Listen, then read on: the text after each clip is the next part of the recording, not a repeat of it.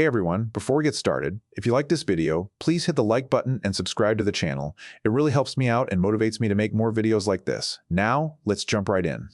It's 11 p.m., you're alone in the house, you go to bed, and right before you climb in, you check behind the shower curtain. You don't know why, nobody taught you to do this. There has never been a single confirmed case of a murderer hiding behind your shower curtain, and yet almost every adult on Earth has done some version of this. Your conscious mind knows there is nothing there. Something older than your conscious mind is not so sure. That something is about 200,000 years old. And tonight, it's still running the show. This is a video about the 3 original fears that shaped the human brain so completely that you are still carrying them around today, in a world that has almost nothing to do with the one that built them.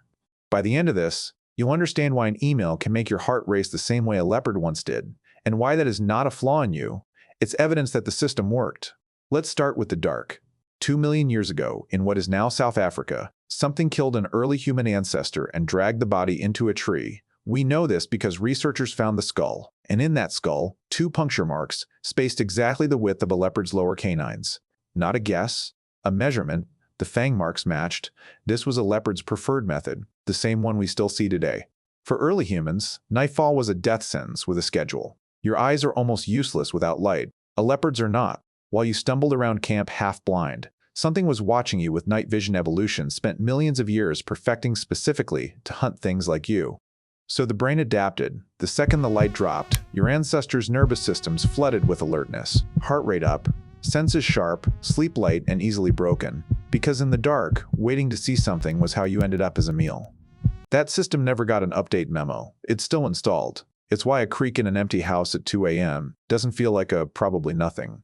It feels like a verdict. Your amygdala isn't asking for evidence. It's asking what would have kept your ancestors alive. And for 200,000 years, the answer was always the same. Assume the dark is dangerous, because the ones who didn't get to have descendants. But darkness wasn't the only thing you couldn't see coming for you. Imagine being an early human and watching someone in your group get sick, no spear wound, no visible cause. One day they're fine, the next their skin is hot, their breathing is wrong, and a few days later, they're gone. There was no germ theory, just a person who was alive, and then wasn't, for reasons nobody in the group could see, name, or fight back against. If a predator attacked, you could run or band together. Against this, there was nothing to do, just an invisible force that could walk into your camp and take someone at random. A predator is a problem you can solve with action. An invisible killer is a problem you can only solve with explanation. And when your species doesn't have the real explanation yet, it builds one anyway. This is very likely where some of our earliest rituals come from. Archaeologists keep finding the same strange precautions taken with the dead across unconnected cultures. Bodies buried face down, stones placed over the chest. None of this protected the living from infection in any way modern medicine will recognize. But it wasn't meant to. It was meant to keep something from coming back. The fear of the invisible didn't go away once we learned about germs. It just changed shape. It's the same fear that makes you wash your hands twice during flu season. We still don't trust the things we can't watch coming. Now, neither of these fears is the most powerful force in the human mind. There's a third fear, and it's bigger than both of the others combined. It's the fear of your own tribe. Here's the thing about being an early human alone. You didn't last long. No claws, no fangs, not particularly fast, not particularly strong. Everything that kept you alive required the group. A lone human on the savannah was a leopard's next meal, just a slightly slower process. Being cast out of the tribe wasn't a social inconvenience. It was, in the most literal sense available, a death sentence. Slower than a leopard maybe, but just as certain. So the brain built a monitoring system for exactly this. Psychologists call it the sociometer. It's constantly, quietly measuring your social standing. Are people including you? Listening to you? When the gauge reads full, you don't notice it at all. But the second that gauge drops, even over something as small as a joke that lands wrong in a group chat, your brain does not file it as a minor social hiccup.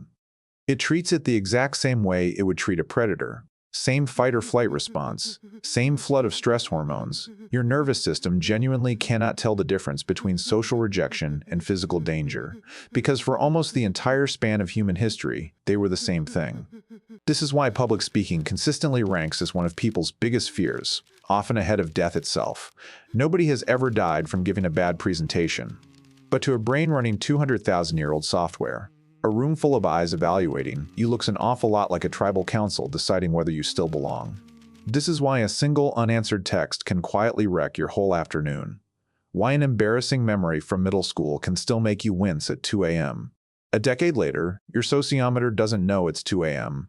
And the moment is over, it's still trying to protect you from a tribe that exiled people who let their guard down.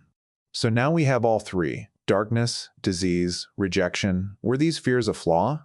Something we need to overcome to be better, more rational versions of ourselves? The answer, it turns out, is no.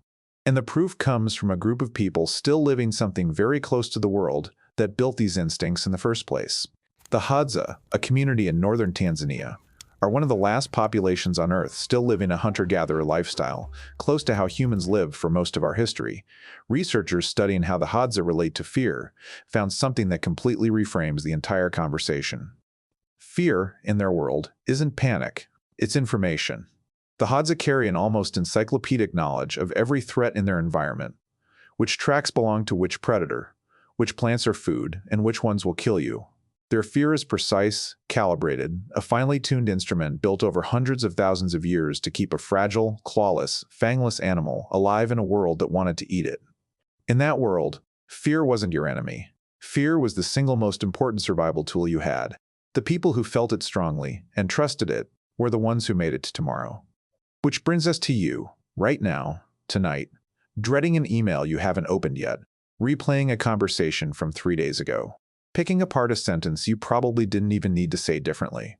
Your amygdala doesn't wait for your conscious mind to evaluate the situation first. It fires the physical signal, the cortisol, the racing heart, the tunnel vision, before you've even finished reading the subject line. That's not your brain malfunctioning. That's your brain doing exactly the job it was built to do, at exactly the speed it was built to do it. The problem isn't the system. The problem is the world changed faster than the system could. For 200,000 years, the things that triggered this alarm were almost always real. A predator in the dark really could kill you. An invisible illness really could take someone you loved. Exile from the tribe really did mean a slow death alone. The alarm was accurate, almost every single time, for almost the entire span of human existence.